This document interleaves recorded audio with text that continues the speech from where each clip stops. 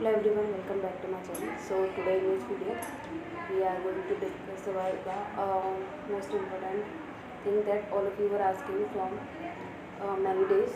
It has been 10 to 15 or 20 days that how should we prepare for MS 2023 CBT exam, or what should be our strategy to clear the MS 2023 CBT exam, because many of you are new to this exam and don't know what is the pattern of MS 2023 CBT exam, and how should we prepare, how should all of you prepare for the MNS exam.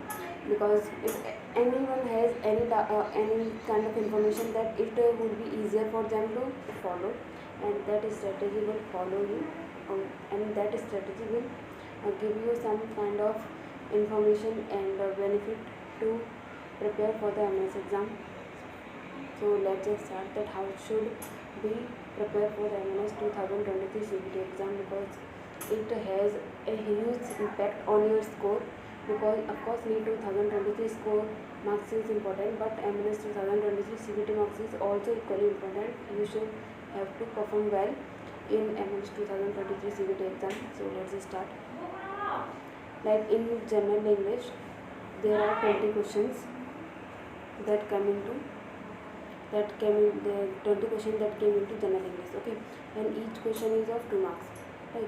20 question, so the total marks will be 40 marks. Okay, so negative marking is minus 1.2, minus 0.5.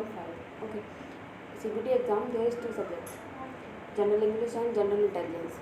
General intelligence has 20 marks, 20 questions, and general English has 20 questions. So and each question is 2 marks. So total overall CBT के जो marks हैं वो 80 हैं, and general English के सो 40 हैं. ठीक है, so let's start. So in general English I have divided general English into 2 parts.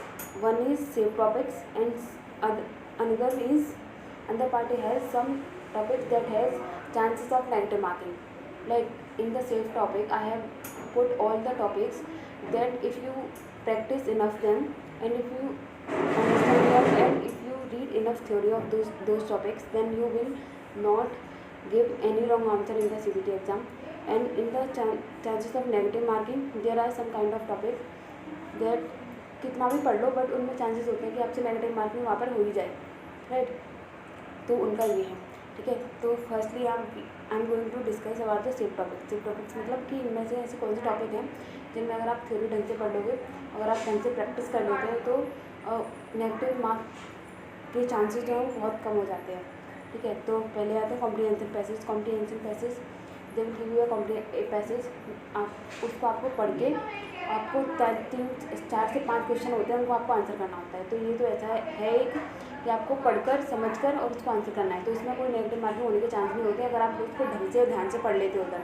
ठीक है, तो कॉम्प्रिहेंसिव वाले जो पैसेज हैं ये तो सेफ मार्क है, ठीक है, ये बहुत इंपॉर्टेंट है. और आपको मतलब बस प्रैक्टिस करनी है.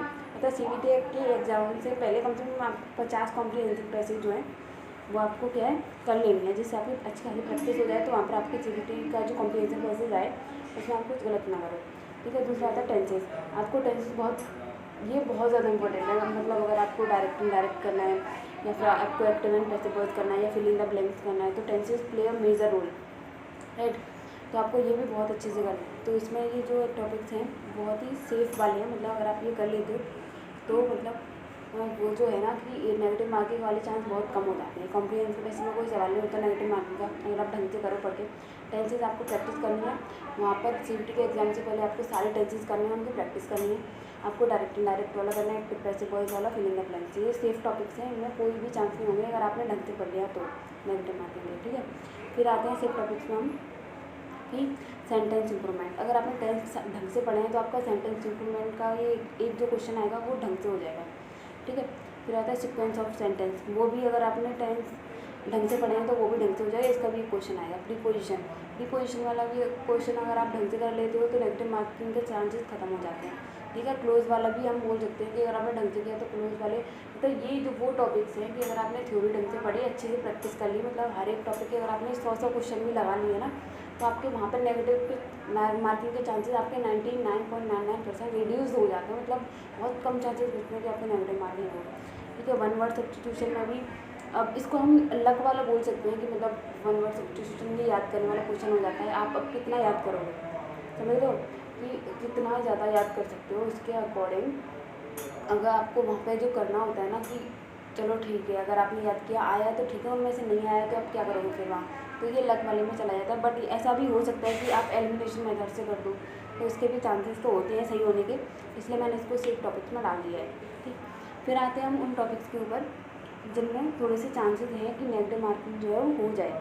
ठीक है, जैसे सिनोनिम्स हैं, एंटोनिम्स है, करेक्ट स्पेलिंग है, इडियम एंड फ्रेजेस है, तो ये वो वाले टॉपिक हैं। आप कितना भी याद कर लो इनमें से, अगर चांसेस आपका लग हुआ या फिर ऐसा कुछ हो गया कि मतलब उनमें से याद किए हुए में से आ गया, क्योंकि वोकैबुलरी वाला क्वेश्चन हो जाता है, तो अगर याद किया हुआ कितना याद करोगे, मतलब सारा कुछ तो याद नहीं कर सकते, फिर भी आप मैक्सिमम याद करते हो। तब मेरे अकॉर्डिंग तो आपके जो PYQ होते हैं ना अदर एग्ज़ाम्स के भी, वो एक बार देख लेना कि उनमें से चांसेस बन जाते हैं कि आ जाए, क्योंकि रिपीट क्वेश्चन वो कर देंगे मेन आने वाले, तो वो देख लेना। बाकी इनमें बहुत कम चांसेस होते हैं कि मतलब आपके क्वेश्चन, तो रेदर देन कि फोकसिंग ऑन दीज टॉपिक, आपको जो सेफ टॉपिक्स थे जिनमें नेगेटिव मार्किंग वाले चांस कम थे उन पे आपको ज़्यादा ध्यान देना है और उनकी प्रैक्टिस ज़्यादा करनी है, मतलब, है ना। सो इनके भी क्वेश्चन प्रैक्टिस आप कर सकते हो सके तो PYQ के जो क्वेश्चन होते हैं अदर एग्जाम्स के वो करना, उनको याद करना। ठीक है, और सेफ टॉपिक के आपको 100 क्वेश्चन तो मतलब 100 क्वेश्चन तो करने ही करने हैं आपको ईच टॉपिक के, आपको प्रैक्टिस करनी है, बिकॉज प्रैक्टिस हो जाएगी ना तो सही रहेगा, मतलब वहाँ पे आपको आदत पड़ जाएगी। ठीक है, फिर आपको ये करना है, सेव टॉपिक्स एक बार देख लो, स्क्रीनशॉट ले लो, ये सेव टॉपिक्स हैं। ठीक है, इसमें और ये चांसेस हैं नेगेटिव मार्किंग वाले हो सके, इन पर थोड़ा मतलब सेव टॉपिक्स पे ज़्यादा करना है, इनको भी याद करना है बट सेव टॉपिक्स का ज़्यादा करना, उनके तो आपको 70 मार्क्स, क्योंकि अब इनमें देखो आपके 70 मार्क्स जो हैं वो सिक्योर हो गए, इनमें कोई नहीं होगा, इनको आप रख लो 10 मार्क्स में, बिकॉज हर एक क्वेश्चन 2 नंबर का होता है ना, तो एक सिनोनिम्स आएगा, एक एंटोनिम्स आएगा, एक करेक्ट स्पेलिंग में आएगा, एक इडियम एंड फ्रेजेस में आएगा ना, तो 4 ये और एक वन वर्ड सब्स्टिट्यूशन का, तो 5 क्वेश्चन आपने मगर मान लो कि छोड़ भी दिए, टच नहीं किया उनको, अगर आपको नहीं आ रहे हैं तो नेगेटिव मार्किंग नहीं करनी है। ऐसा नहीं कि नेगेटिव मार्किंग है तो कल लगा देंगे, तो नहीं, नेगेटिव मार्किंग नहीं करनी है। तो आपके 10 मार्क्स गए, लेकिन आपके जो सेफ स्कोर वाले टॉपिक्स हैं जो आपने बहुत अच्छे से करे हैं, जिनमें आपके नेगेटिव मार्किंग वाले चांस नहीं है, तो आपके 70 मार्क्स, सॉरी 70 नहीं एंड 40 मार्क्स, लाइक ये तो गलत हो गया थोड़ा, वेट मैंने गलत कर दिया।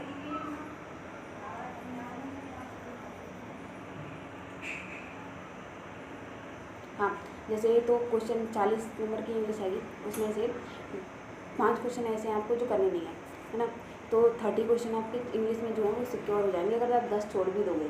ठीक है, और जनरल इंटेलिजेंस में भी मान लो कि 10 उसमें से भी आपने जनरल इंटेलिजेंस में कुछ ऐसे छोटा वाला होता नहीं है। ठीक है, अभी आप देखोगे तो मतलब टोटल करके अच्छा स्कोर आएगा, मतलब 40 में से अगर आपको 30 आ रहे हैं जनरल इंग्लिश में तो अच्छा स्कोर है, और हो सके तो अगर आपको एंटोनियम में सिनोनियम ऐसा आ गया जो आपको याद है या आपको आता है तो मतलब 30 से भी मार्क्स चले जाएंगे, है ना।